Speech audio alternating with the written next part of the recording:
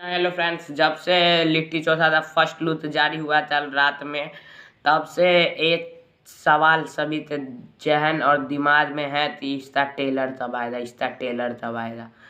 पहला उत्सुकता तो ये लेकर है कि हो सकता है ये काजल राघवानी और खेसारी लाल यादव की आखिरी फिल्म है, लेकिन ये हो ही नहीं सकता। हो सकता है वो फिर से काम करें। और आप क्या चाहते हैं वो तो कमेंट में ज़रूर बताइए। इस पे मैं पर्टिकुलर एक वीडियो भी लाने वाला हूँ काजल राघवानी और खेसारी लाल यादव पे, तो इसलिए चैनल को सब्सक्राइब जरूर कर लीजिए।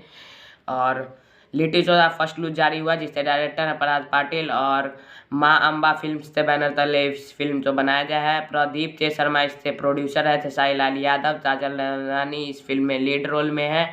और इस फिल्म का ट्रेलर 10 से 15 फरवरी तो अभी चल रहा है, 10 से 15 मार्च तक रिलीज कर दिया जाएगा। जी हाँ दोस्तों, क्योंकि कल ही इसका एक गाना शूट हुआ है, तो उसके एडिटिंग में टाइम लगेगा। और जैसे ही ट्रेलर रिलीज डेट आता है मैं आपको कंफर्म कर दूंगा। तो जय हिंद, जय भारत। वीडियो लाइक कीजिए, शेयर कीजिए, चैनल ने तो सब्सक्राइब कीजिए और कमेंट में बताइए खबर आपको कैसी लगी।